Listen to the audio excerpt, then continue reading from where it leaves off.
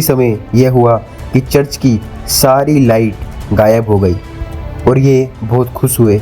इन्होंने सोचा कि इनकी शक्ति ने चर्च की ऊर्जा चुकुड़ी नाथन ओकापू, जो पहले तांत्रिक शक्तियों और विद्याओं से जुड़े थे, और इन्होंने कैसे प्रभु यीशु मसीह पर विश्वास किया। इन्होंने यह स्वीकार किया कि इनकी पूर्व शक्तियाँ परमेश्वर की शक्तियों के सामने टिक नहीं सकी और कैसे उनकी शारीरिक, मानसिक और आत्मिक मुक्ति यीशु मसीह के नाम से संभव हुई। इनका अतीत एक तांत्रिक और आत्मिक शक्तियों से जुड़ा जीवन। इनका नाम प्रोफेसर चुकड़ी है। यह एक ऐसे व्यक्ति थे जिसकी पहचान सिर्फ इस संसारिक दुनिया में नहीं परंतु आत्मिक दुनिया में भी थी। यह ऐसी अंधकार की शक्तियों से जुड़े हुए थे जिसके बारे में बहुत ही कम लोग जानते हैं। इन्होंने तंत्र मंत्र और ज्योतिषी विद्या पर अध्ययन किया था, यहाँ तक कि इनको लूसीफर भी जानता था। और इन्होंने बताया कि आत्मिक संसार इनकी शक्तियों से परिचित था। इनके पास शक्तिशाली ताबीज और अंगूठियाँ थी और अन्य तांत्रिक वस्त्र भी थे जिनका प्रयोग ये दूसरों पर नियंत्रण रखने को करते थे और अपनी शक्ति को बनाए रखने के लिए ये सब करते थे। इन्होंने बताया कि इन्होंने बहुत से लोगों के भाग्य को बदल दिया था, बहुत से किस्मत को इन्होंने खराब कर दिया था और बहुत सारी आत्माओं को अपने जाल में इन्होंने फंसाया।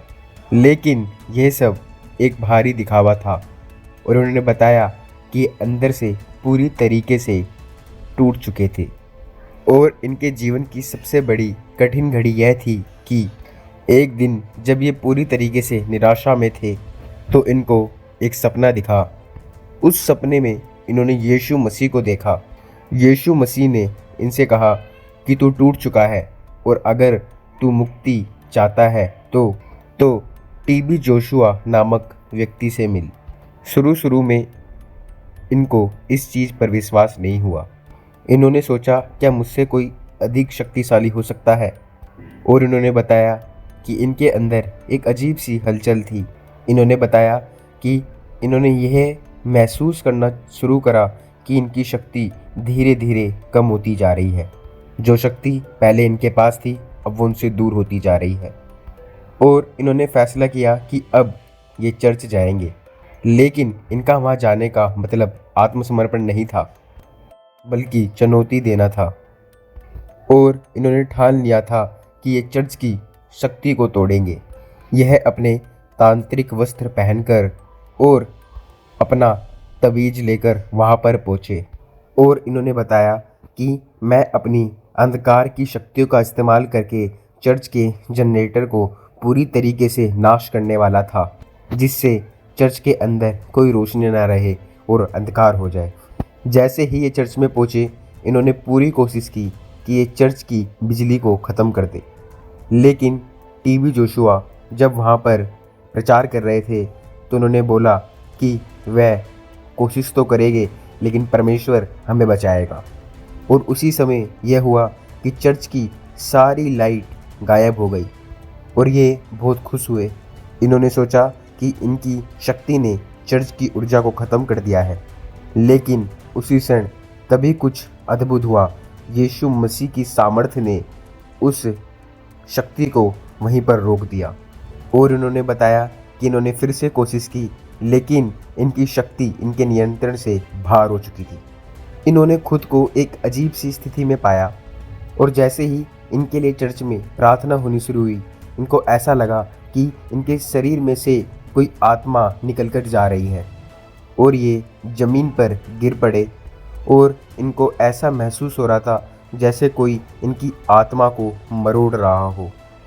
फिर अचानक यह हुआ कि ये बहुत ही हल्का महसूस करने लगे।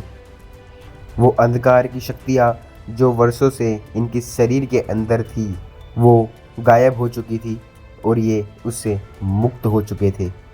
इन्होंने बताया कि यह इनका एक ऐसा अनुभव था जिन्हें ये शब्दों में नहीं बता सकते। इनके अंदर का दुष्ट आत्मा हमेशा के लिए चला गया था।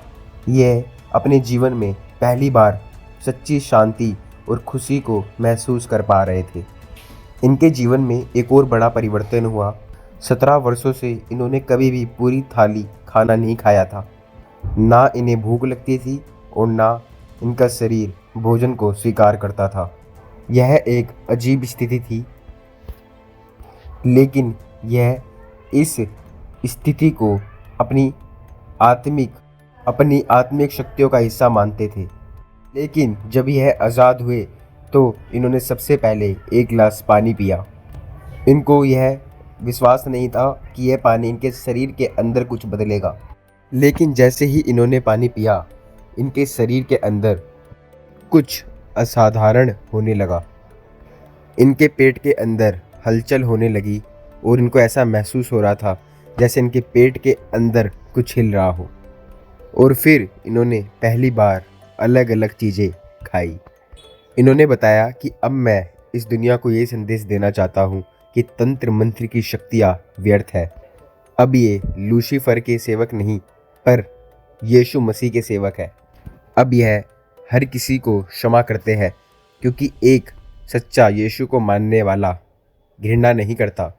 अगर तुम सच में यीशु मसीह से प्यार करते हो तो तुम्हारे शब्द, तुम्हारे विचार, तुम्हारा हर एक कर्म, तुम्हारा बोलना प्रभु यीशु मसीह परमेश्वर की महिमा के लिए होने चाहिए। इन्होंने कहा कि सब तांत्रिक और टोने करने वालों को पश्चाताप करना होगा, नहीं तो वह अपमानित होंगे। और जो लोग बुरे विचार रखते हैं वो कभी भी पूरी तरीके से मुक्त नहीं होने पाएंगे। और इन्होंने बताया कि यीशु मसीह ही सत्य और प्रकाश है, वो ही परमेश्वर है। धन्यवाद यीशु।